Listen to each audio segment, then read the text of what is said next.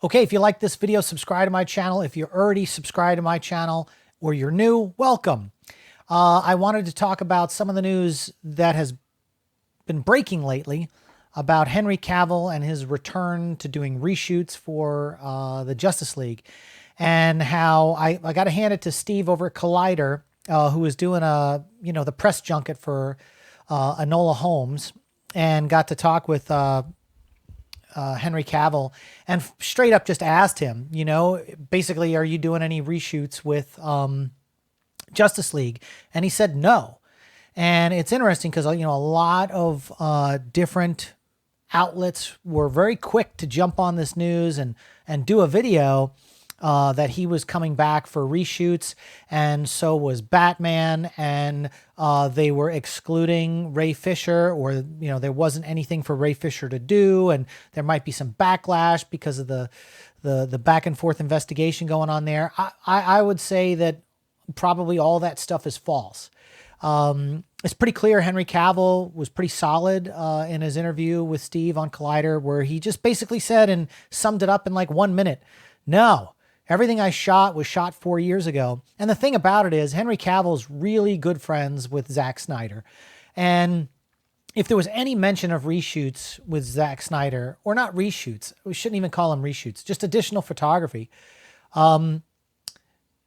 he would have gotten the phone call already. And some might say, well, what if his representation hasn't gotten to him yet or anything like that? No, man. I mean, they're just too close to the project for Henry not to be in the loop about additional photography.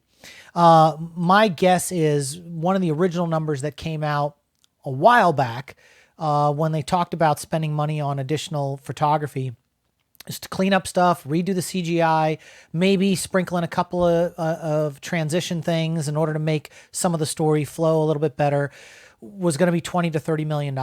And that makes more sense, because if they are treating it as 4 separate 1-hour episodes, in the film industry, because I've worked for Warner Brothers on quite a few shows, they spread that money out. So when you hear a big number like $20 million.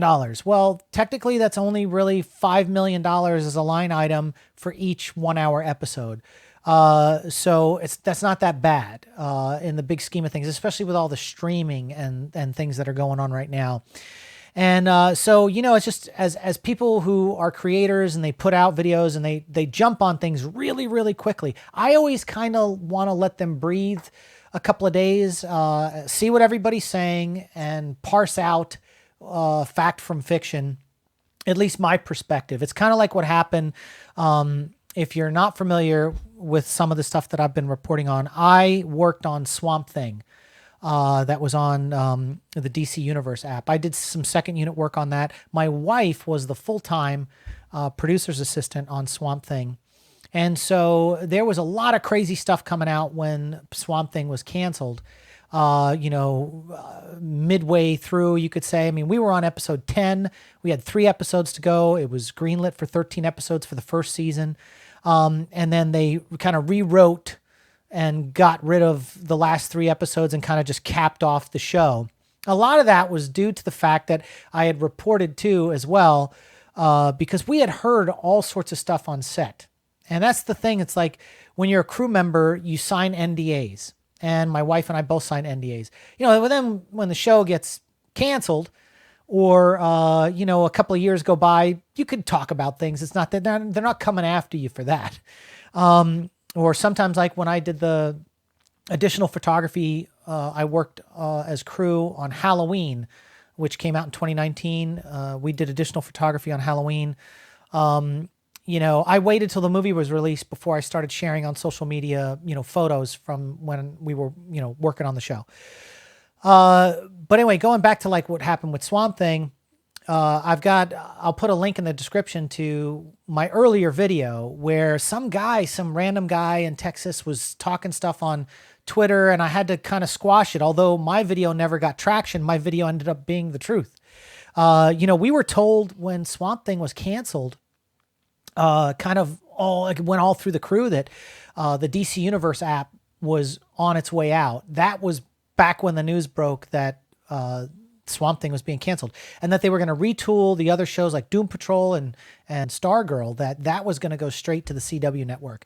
And I even reported on that, and lo and behold, all these months later, it did end up going to the CW network and premiering on the DC superhero app, DC Universe, because they didn't want to lose those people. But they, it was going to the CW network. And same thing, like Swamp Thing is going to get life again on the CW network. But they're cutting it down a little bit for television because it was pretty graphic, pretty dark, very horror. James Wan comes from a different background there and with horror, but he's in great with Warner Brothers. And and obviously Aquaman did $1 billion. So, he's in good with those guys. And so they're retooling that. And then, when I noticed in the crossover CW event thing, they had that one clip that showed on whatever Earth that was, that Swamp Thing existed. And the thing about it is, I remember talking with Ian Ziering in one of the vans going to set. And, he was being primed to be the Blue Devil. And, and they were going to have a spin-off series for him. And what they were trying to do is they were trying to establish within the DC Cinematic Universe app, the Justice League Dark. So they were going to have Blue Devil, and they were going to have Swamp Thing, and they were going to have all of them. And, but then when J.J. Abrams came along and they struck that deal with J.J. Abrams, that $500 million development deal, J.J. had his own take on what he wanted to do with the Justice League Dark. So everything kind of got shuffled around in the whole 9 yards, but who knows? We'll see how in October, when Swamp Thing airs on CW network, if they decide to bring it back. And if they do, they're probably not going to shoot it in North Carolina again. They're probably going to take it up to Canada, I would think, and shoot it up there. And yeah, there's no swamps in Canada, but what we proved with the multi-million-dollar soundstage 10 in Wilmington, North Carolina, and we built the entire swamp. I got a friend of mine. He was one of the sculptors in the special effects department that helped build the whole swamp. And anyway, great behind the scenes photos I've got from that.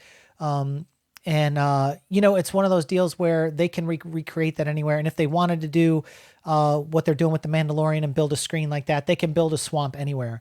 So I think that there's life there. But the moral of all these stories is like, when it comes to Henry Cavill coming back to do additional photography, and then he squashes that rumor himself after it goes viral, and everybody just thinks, they hear something or somebody leaks something and they just run with it.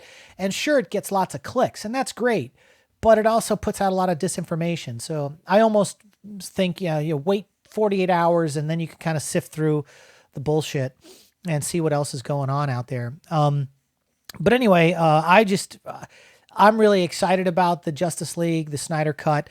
And it's funny. And I'll tell you another story that you'll like this one. I have a friend of mine, good guy's got a development deal over at Amblin Entertainment for a project. And he's friends with the guy who did the CGI mustache removal on Henry Cavill. And that guy has been so frustrated with the lambasting that has gone on about the work that was done on those scenes. Yes, it was awful. But one of the things that never got out that was told to me was on each one of those shots, those separate shots, he was only given 24 hours to literally CGI and rotoscope out the mustache. And that was before the deepfake craze came along. And that was before, they started doing stuff like with the Irishman and the de-aging, and even the stuff that they did or some of the breakthroughs they had Weta Digital with Gemini Man. So he didn't have the time, and at that point, people forget the Justice League movie was supposed to be a 2-part film. Its budget was $350 million because they were trying to shoot 2 movies at once. That's why there's like 4 hours of footage left over that they're making into this miniseries for HBO Max, because it was supposed to be like they were trying to compete with Infinity War and Endgame. They were doing their own thing, but it was a 2-part movie. It was going to be 2 Justice League films, and people forget that. They completely forget that.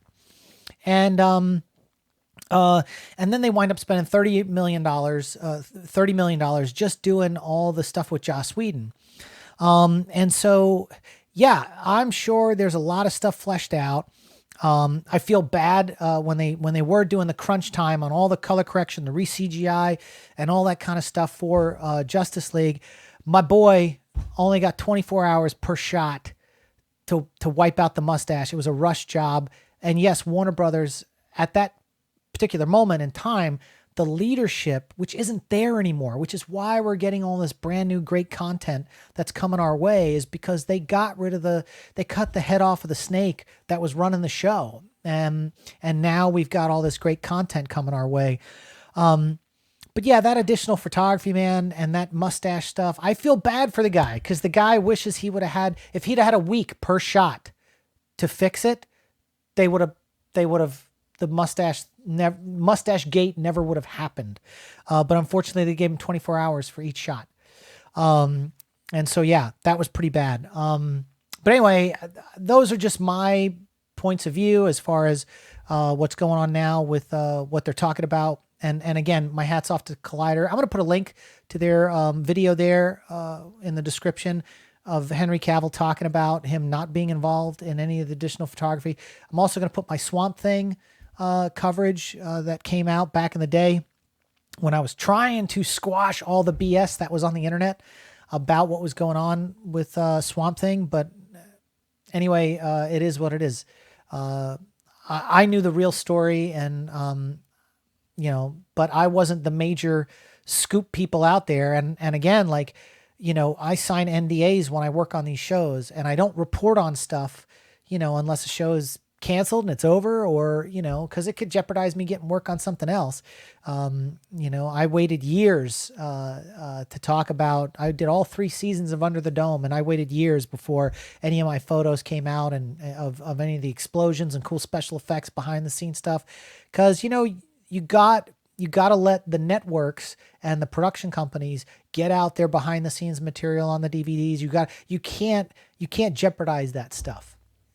But some of these people that are getting scoops, whether it's "We've Got This Covered" or, don't believe, I wouldn't believe anything from "We Got This Covered." I don't want to just spend time, knocking other content creators. But you gotta always just breathe when you hear a scoop. Just breathe, give it 24 hours and then sift through the BS. Anyway, I hope you like this episode, and I'll continue to bring you stuff like this, and we will see you on the next one.